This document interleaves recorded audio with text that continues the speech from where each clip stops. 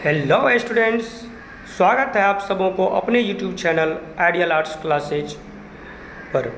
यहाँ आपको class 10th के 8 विषयों की संपूर्ण तैयारी गहनता से कराया जाता है।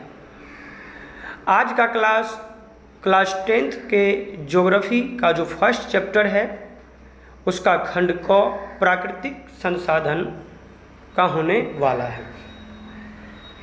अगर आप लोग इससे पहला वीडियो नहीं देखे हैं तो आप लोग उस वीडियो को जा कर के अवश्य देख सकते हैं, जहां पर इसी चैप्टर का जो प्रथम भाग है भारत संसाधन एवं उपयोग वो पढ़ाया गया है, जिसमें संसाधन का वर्गीकरण इत्यादि टॉपिक पर पूरे विस्तार पूर्वक वर्णन किया गया है। और आप लोगों से एक निवेदन है कि अगर आप इस क्लास को पूरा समझना चाहते हैं तो वीडियो को अंत तक अवश्य देखिएगा। अगर आप वीडियो को स्किप करके देखते हैं तो बहुत सी महत्वपूर्ण बातें हैं जो आप नहीं समझ पाएंगे। इसीलिए आप लोगों से रिक्वेस्ट है कि वीडियो को पूरा देखें और पूरा देखने के बाद आपको समझ में आता है या नहीं समझ में आता है, क्लास कैसा लगता है, उसे आप कमेंट करके अवश्य अपनी राय प्रस्तुत करें। और अगर आपको क्लास अच्छा लगता है तो इसे अधिक से अधिक अपने दोस्तों में शेयर करें, जिससे उन्हें भी इस वीडियो से लाभ मिल सके। तो चलिए हम लोग अब आगे बढ़ते हैं। तो आप लोग के स्क्रीन पर दिख रहा होगा अभी कि आज का जो हमारा चैप्टर है ज्योग्राफी क्लास 10th का फर्स्ट चैप्टर है। चैप्टर का नाम है भारत संसाधन एवं उपयोग। इसी का जो खंड क है, खंड क जो है प्राकृतिक संसाधन, इस चैप्टर के प्रत्येक महत्वपूर्ण बिंदुओं को इस भाग में आज बताया जाएगा। और ख़ास तौर पर आज हम इस चैप्टर में जो समझने जा रहे हैं वो है आपको मृदा क्या है, मृदा का निर्माण कैसे होता है, उसके बाद मृदा निर्माण के कारक। इन 3 टॉपिकों पर बिल्कुल गहनता से हम लोग अध्ययन करने जा रहे हैं। तो चलिए हम लोग अब आगे बढ़ते हैं।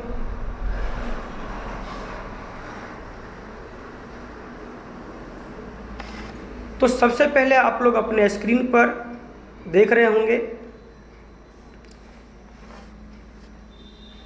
प्राकृतिक संसाधन। यहाँ पे सबसे ऊपर में दिया हुआ है प्राकृतिक संसाधन, और आज का टॉपिक भी हमारा वही है कि प्राकृतिक संसाधन। ये प्राकृतिक संसाधन होते क्या है? तो सबसे पहले आप लोग जानते होंगे कि हम लोग बहुत से वस्तुओं का उपयोग अपने दैनिक जीवन में करते हैं, जिनमें से कुछ ऐसे वस्तुएं होते हैं जो मानव निर्मित होते हैं। जो वस्तुएं क्या होते हैं? मानव निर्मित होते हैं। परंतु कुछ ऐसे भी वस्तुएं हैं जो मानव के द्वारा नहीं बनाया गया होता है, जैसे जल, वायु, वन। ये सभी मानव खुद से नहीं बनाया हुआ है। तो ये सभी वस्तुएं आते कहाँ से हैं? तो ये सभी वस्तुएं प्रकृति द्वारा हमें प्राप्त होता है। तो इस प्रकार से अब हम इस निष्कर्ष पर पहुँचे कि प्राकृतिक संसाधन वैसे संसाधन है जो प्रकृति प्रदत्त है, जो प्रकृति प्रदत्त है, अर्थात जो प्रकृति के द्वारा दिया गया है।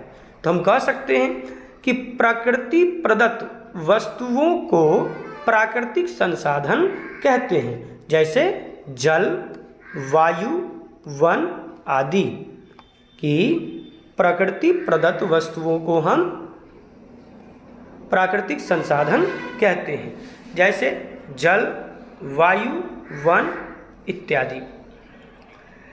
तो अब देखिए, हम लोग निवास कहाँ करते हैं? हम लोग निवास कहाँ करते हैं? भूमि पर निवास करते हैं। हम लोग कहाँ पर निवास करते हैं? भूमि पर। और हमारा आर्थिक क्रियाकलाप इसी पर संपादित होता है।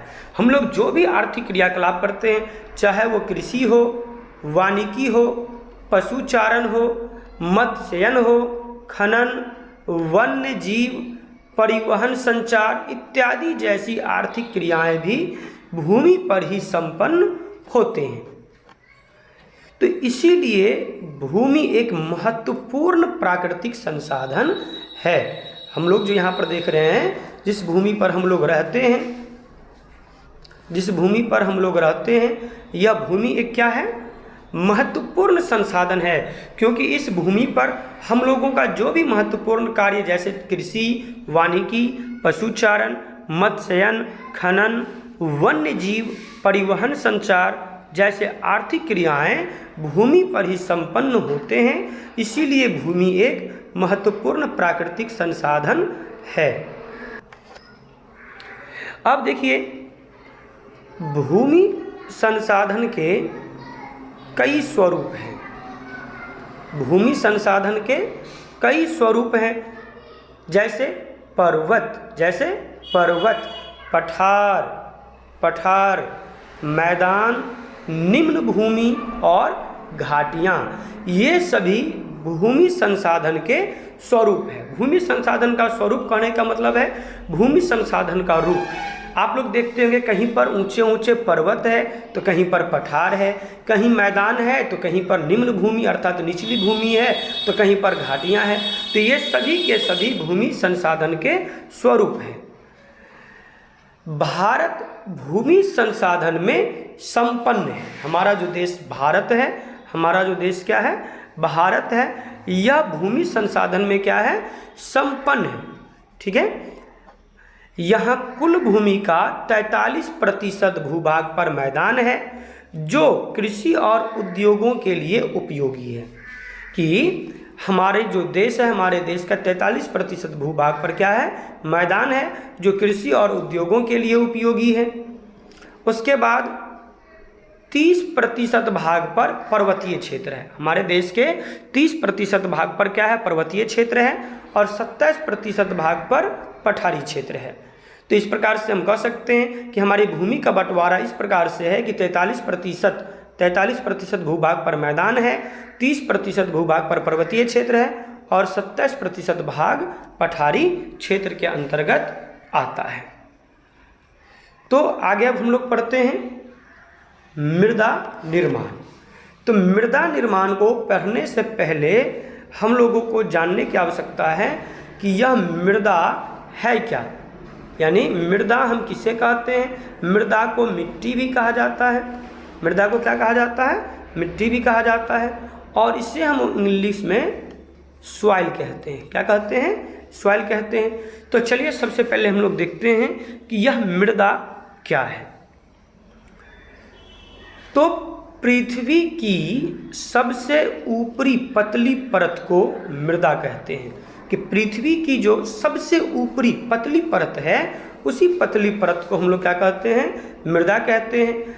मृदा पारितंत्र का एक महत्वपूर्ण घटक है। अर्थात ये जो हमारा पारितंत्र है, जहाँ हम लोग रहते हैं, उस पारितंत्र का एक महत्वपूर्ण घटक है। और यह सर्वाधिक महत्वपूर्ण प्राकृतिक और नवीकरणीय संसाधन भी है। आप लोग पिछले वीडियो में देख सकते हैं कि नवीकरणीय संसाधन किसे कहते हैं। अगर आप लोगों को नहीं जानकारी है तो उस वीडियो में जाकर के आप लोग देख सकते हैं। तो मृदा जो है सर्वाधिक महत्वपूर्ण प्राकृतिक नवीकरणीय संसाधन है। ठीक है। नवीकरणीय अर्थात जिसे हम फिर से नया कर सकते हैं। ठीक है, जिसे हम फिर से नया कर सकते हैं। तो अभी फिर से आप लोग स्क्रीन पर देख रहे होंगे कि मृदा निर्माण एक लंबी अवधि में पूर्ण होती है। अर्थात हम लोग जिस मृदा का उपयोग करते हैं, जिस मृदा पे हम लोग कृषि करते हैं, जिस मृदा पर हम लोग अपने अनेक क्रियाकलापों को पूरा करते हैं, वह एक लंबी अवधि में, वह मृदा का निर्माण एक लंबी अवधि में पूर्ण होती है, जो एक जटिल प्रक्रिया है। अगर आप लोग सोच रहे होंगे कि मृदा निर्माण 1-2 दिन में या 1-2 साल में या 100-200 साल में हो जाता है, तो आप लोग बिल्कुल गलत सोच रहे हैं। क्योंकि कुछ ही सेंटीमीटर गहरी मृदा के निर्माण में लाखों वर्ष लग जाते हैं। तो आप सोच सकते हैं कुछ सेंटीमीटर मृदा के निर्माण में अगर लाखों वर्ष लग जाते हैं तो इस पृथ्वी पर मौजूद इतने मृदा के निर्माण में कितने लाखों वर्ष लगे होंगे। इसीलिए हमें मृदा को सावधानी पूर्वक उपयोग करना चाहिए, मृदा को क्षरण होने से रोकना चाहिए। तो चलिए अब हम लोग थोड़ा सा देखते हैं मृदा का निर्माण कैसे होता है, मृदा का निर्माण किस प्रकार से होता है। तो देखिए हम लोग चट्टान के बारे में जानते हैं, है ना, हम लोग चट्टान के बारे में जानते हैं। तो बात करते हैं कि चट्टानों के टूटने फूटने तथा भौतिक, रासायनिक और जैविक परिवर्तनों से मृदा निर्माण होता है। अर्थात जब चट्टान टूटते फूटते हैं और उनमें भौतिक, रासायनिक और जैविक परिवर्तन होता है तब जाकर के मृदा का निर्माण होता है। और जो भूगोलविद है, जो भूगोलवेता सब है, उनका कहना है कि यह जो है मृदा निर्माण यह अत्यंत धीमी प्रक्रिया है।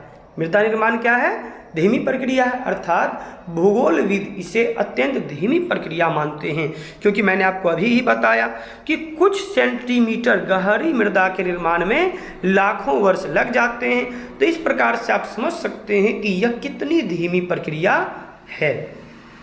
तो अब हम लोग बात करते हैं मृदा निर्माण के कारक, अर्थात ऐसे कौन कौन से फैक्टर्स हैं जो सॉइल फॉर्मेशन में अपना योगदान करता है।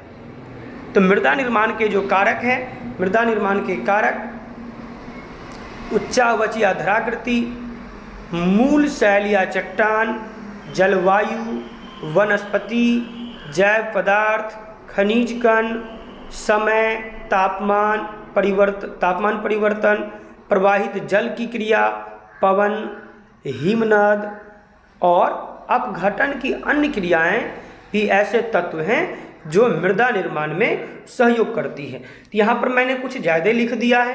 अगर आप इसे शॉर्टकट में जानना चाहते हैं तो चलिए मैं आप लोगों को लेकर के चलता हूँ फिर से।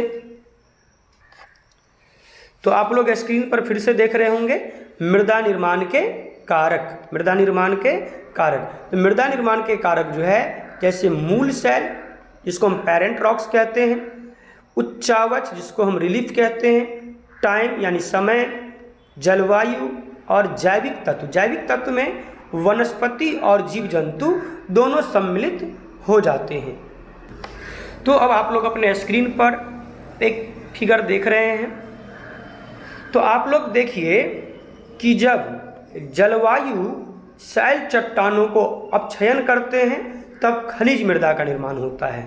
मैंने क्या बोला कि जब जलवायु, चाहे वो तापमान हो, हवा हो, धूप हो, गर्मी हो, जब ये सारी चीज़ें शैल चट्टानों को प्रभावित करते हैं तब जाकर के खनिज मृदा का निर्माण होते हैं। ठीक है। और फिर जब ये जलवायु वनस्पति को प्रभावित करते हैं तब जाकर के वो ह्यूमस का निर्माण करते हैं। और जब खनिज मृदा और ह्यूमस दोनों को मिला दिया जाता है, अर्थात खनिज मृदा और ह्यूमस दोनों मिल जाते हैं, तब जाकर के मृदा का निर्माण होता है। तो आप लोग यहाँ पर देख रहे हैं कि मृदा निर्माण एक बहुत ही जटिल प्रक्रिया है। अतः हमें मृदा को संरक्षित करके रखना चाहिए जिससे भविष्य की पीढ़ियों को भी मृदा का उपयोग करने का अवसर मिल सके। ठीक है। अब हम लोग बात करने वाले हैं मृदा या मिट्टी के प्रकार। तो अगर देखा जाए भारत में मिट्टी के गुण, रंग, इन सब के आधार पर भारत की मृदा को 6 भागों में बांटा गया है। अर्थात भारत की मृदा 6 प्रकार के होते हैं। भारत की मृदा कितने प्रकार के होते हैं? 6 प्रकार के होते हैं। भारत की मृदा कितने प्रकार के होते हैं? 6 प्रकार के होते हैं। तो कौन कौन से? जलोढ़ मृदा जिसको एल्यूवाइवल सॉइल कहते हैं। उसके बाद काली मृदा, इसे रेगूर मृदा